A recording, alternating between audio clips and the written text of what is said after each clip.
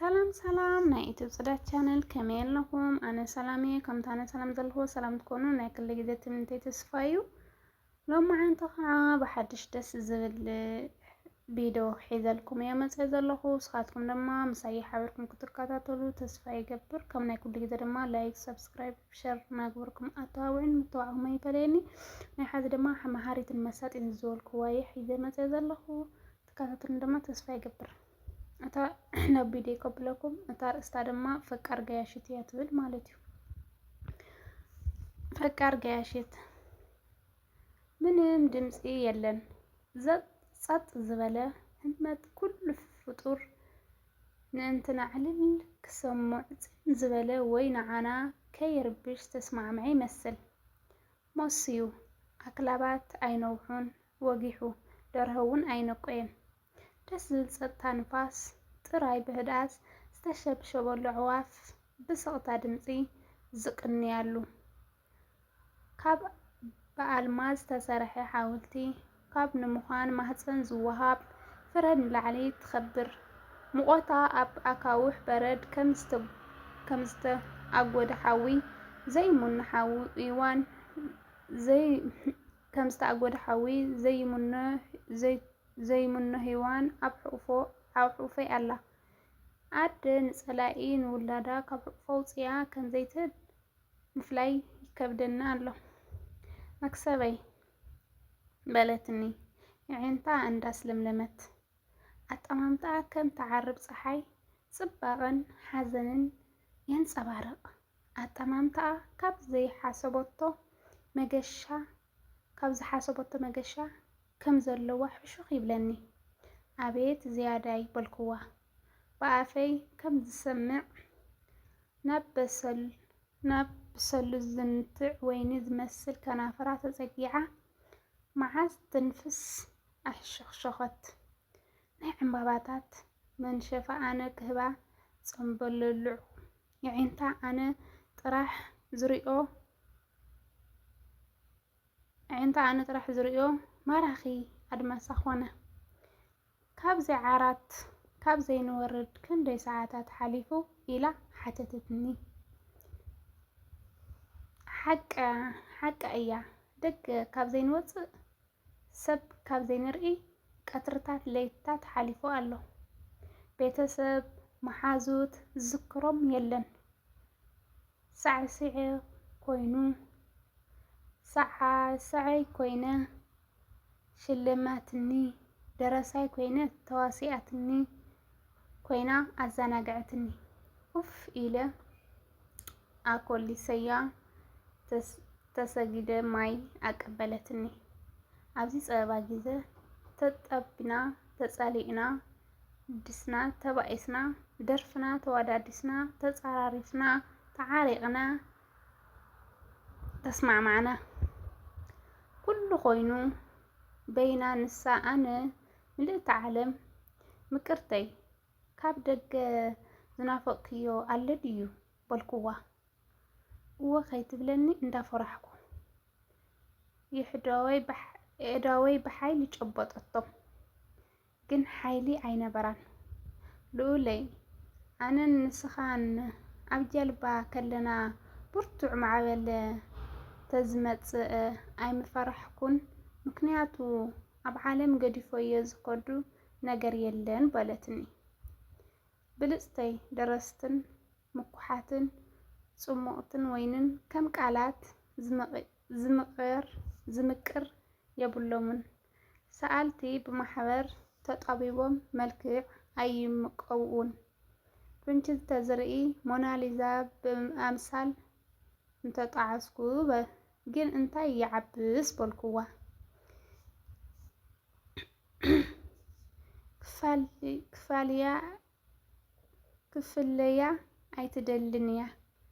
ክፍለያ ኣይደልን እየ ምስ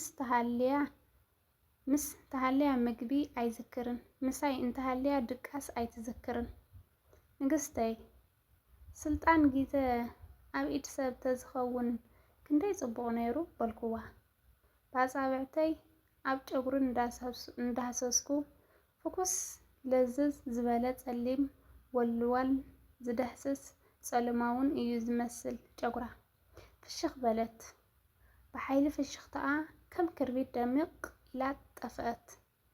ይሄ እንታይ ምገበርካ በለትኒ በአድንቆት አፋ ከፊታ ጫፋት ከናፈራ ከም ዝደረቀ አስተውሃልኩ አቅንዐ ማይ አስተኽዋ ከም ዝጸምኣ ተጓዓዚ ምድረ ባዳ ንቓላተይ ከም ማይ ብህርፋን ክትጽበዮም ረአኩዋ።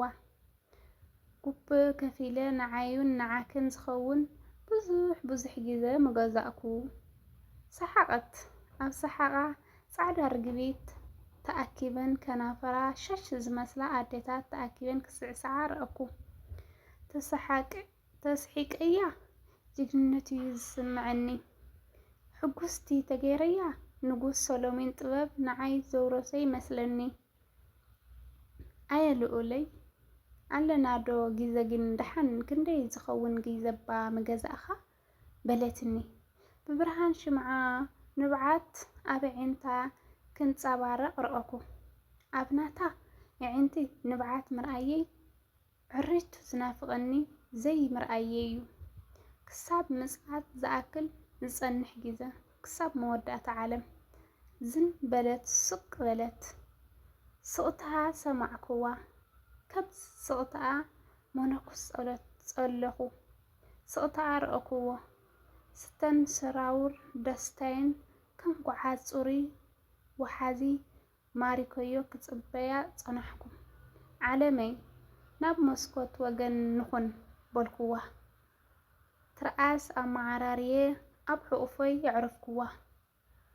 ኣመልዩ ምስ ፀሓይ ብማዕዶ ምዕላል ስደት ዘለዎ ናፍቕቲ ምስ ስእሊ ወለዶም ብስቕታ ከም ዘዕልሉላ ናይታ ከም ዘለና ተፋቒርና ደስ ኢልና ኩሉ ግዜ ምስ ሰንደልናዮም ከይንነብር ዝኽልክለና ግን መን እዩ? ሓዘና ብዘይተሓሰብኣ ቃና ሓተተትኒ። ሕጂ ፀሓይ ዘይኮነትስ ካልኣይ ተማዓዲ ዘላ ይመስለኒ በለትኒ። ኣብ ዝኾነ ቦታ ኣብ ዝኾነ መዓልቲ መቃብር ክኩዓት ቅጅል በለኒ። ጥበብ ንብዓተይ ናብ መንኩባ ጥብ ንብዓታ ኣብ ኢደይ። እንታይ ኮንካ ነቢዕካ ሓቂ በለትኒ ሰንበድኩ።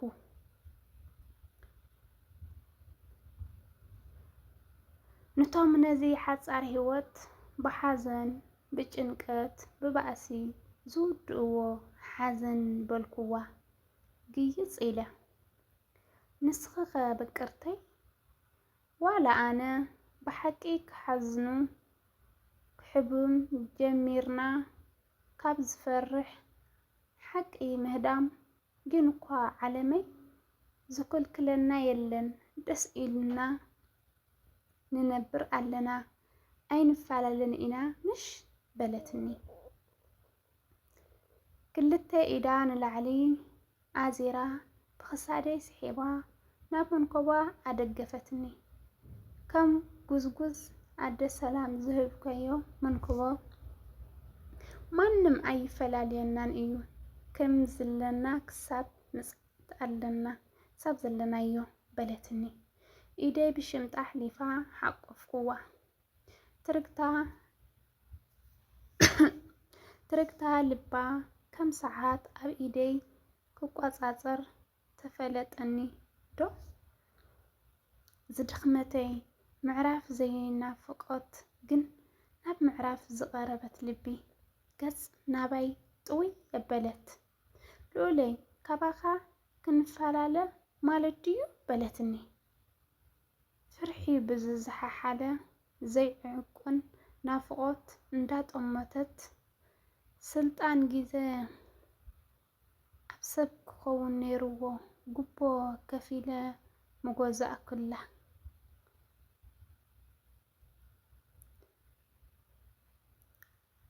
ስልጣን ግዜ ኣብ ሰብ ክኸውን ነይርዎ ጉቦ ከፊለ ምጎዛእ ኩላ ኣስተንኩለ መልሰለይ ባ ካብኡኸ ምስ መን እየ ክከውን በለትኒ ኣይምልሰላን ሰብ ዝፈላለየናስ እግዚአብሔር ክፈላለየና ዘይከውን ኣምላክ ከምዚ ኢልና ብንጹህ ፍቕሪ ተዋሃሂድና ምስ ረአየ ልቡ ምክኣል ኣብይዎ በቃ ተሓደሽ ዓለም ብኣኩም ትቐጽል ንስኩም ናይ ዝመጽእ ሓድሽ ወለዶ ኣዳምን ሔዋንን ኢኩም ክብለና እዩ በልክዋ ብዘይ ስምስም ፍዝዝ ኢላ ክትስዕመኒ ጸንሐት ኣዳመይ እዛ ህይወት ሳላ ሕብራውያን ሕልምታትናን ትጽበያ ወትሩ ብጽቡቕ ይሕልመና በለትኒ ክሳዳ ናባይ ጥውይ ብሃረርታ ምጥማታ ቀጸለት ኣነ እውን ንሳ እውን ዝያዳ ሕልሚ ምርኣይ የድልየና ኣሎ ኣብ ንሕድሕድና ምጥፋእ ምንም ከም ዝደፍአኒ ተጣባቢቕና ዝናብ መዓዝ ከም ዝጅምር ደፍዒ በይንና ከም ዝኣትውን ቁርር ተሓዋቒፍና ብማእኸል ዕሙር ፍየርታት ብዝገታ ተጓዓዝና ብድንድስ ውቅያኖስ ኣፍሪሳ ጋልብና ምስ ኣምራታት በረርና ኣብ ደበና ማይ ጥልቀት ኣብ ፀሓይ ሰሓና ብዙሕ ኮነ ደስታ ብመንጨዕጫዕታ ተሓፂብናዮ ደስ ብገንኢ ሰቲናዮት ናይ ፍቕሪ ፀዋታ ከም ምስትንፋስ ዘየድክም ከም ሰሓቕ ምቁር ነበረ ዝኣካል ሓደ ዓይኒ ሓደ እግሪ ሓደ ኩሊት ኣውፃና ከም ዝቆምናዮ ምፍልላይ ኣሕፈረና ተፈላለና ንጎደል ዘይንመልእ መሰለና ካብ ቀልጽመይ ብምፍትሐይ ወፅያ ድሕሪ 9 ወርሒ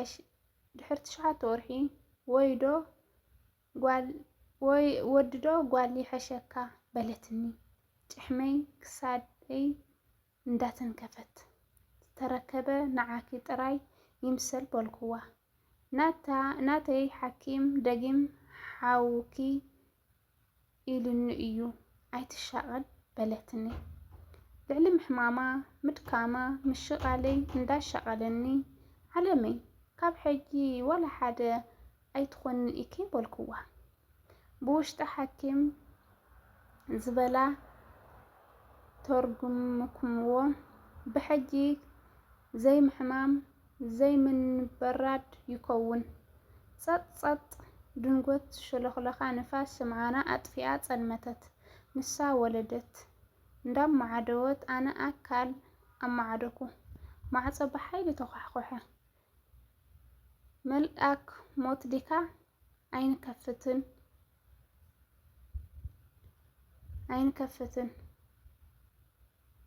ናተይ ሓኪም ደጊም ሓዊኪ ኢሉኒ ኣይትሻቐል ልዕሊ ሕማም ምድኻም ምሽቓል ዳሻቐለ ዓለመይ ካብ ሕጂ ወላ ሓደ ኣይትኾን ኢኪ ብውሽጢ ሓኪም ዝበለት ትርጉምክዎ ብሕጂ ዘይምሕማም ዘይምንብራድ ይከውን ጸጥ ድንጎት ዝሸኽልኽ ንፋስ ሽምዓና ኣጥፍአት ጸልመተት ንሳ ወለደት እንዳማዓደወት ኣነ ካሊእ ኣማዓደኩ ማዕጾ ብሓይሊ ተንኳሕኮሐ መልእክት ሞት ዲካ ኣይንኻፍትን ጥሩምባ ብሓይሊ ተነፍሐ ደቂስና ኢና ኣይንሰምዕን በልክዎም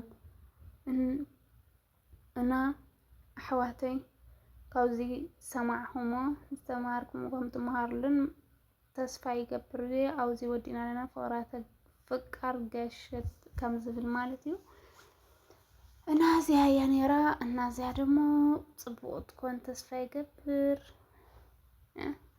መምሃር ክትኮን ያለፍዩ ኣብ ብዙሕ ነገራት ተፈላለ ፍርሕታት ለለዩ በቃ ንእግዚአብሔር ግን ሓደ መዓልቲ ንእግዚአብሔር ከተመስግን እዩ ዘለካ ናዚያ ትመስል ነይራ ብጣዕሚ እየ ዘመስግን ኣብ ናይ ካሊእ ቪድዮ ሳንራኸብ ድሕና ኦንዩ ላይክ ሳብስክራይብ ሸር ኣይትረስዑ ኢኹም ብጣዕሚ እየ ዘመስግን